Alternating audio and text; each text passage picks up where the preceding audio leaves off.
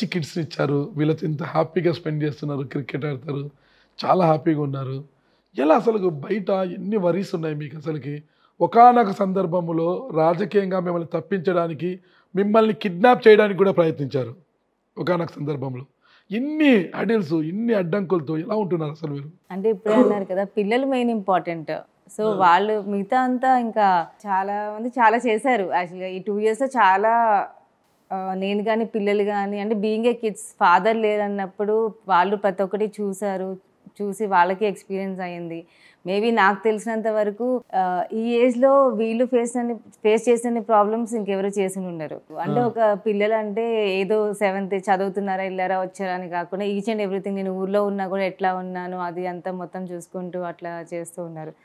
So నేను ఒకటే అనుకున్నా.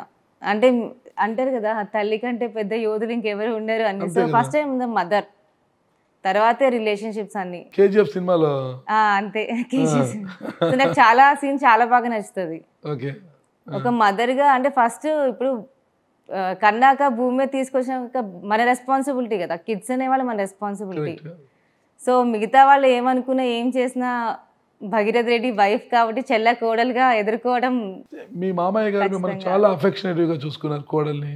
మీ భర్త మిమ్మల్ని ఎంత ప్రేమించేవారో అందరికీ బాగా తెలుసు.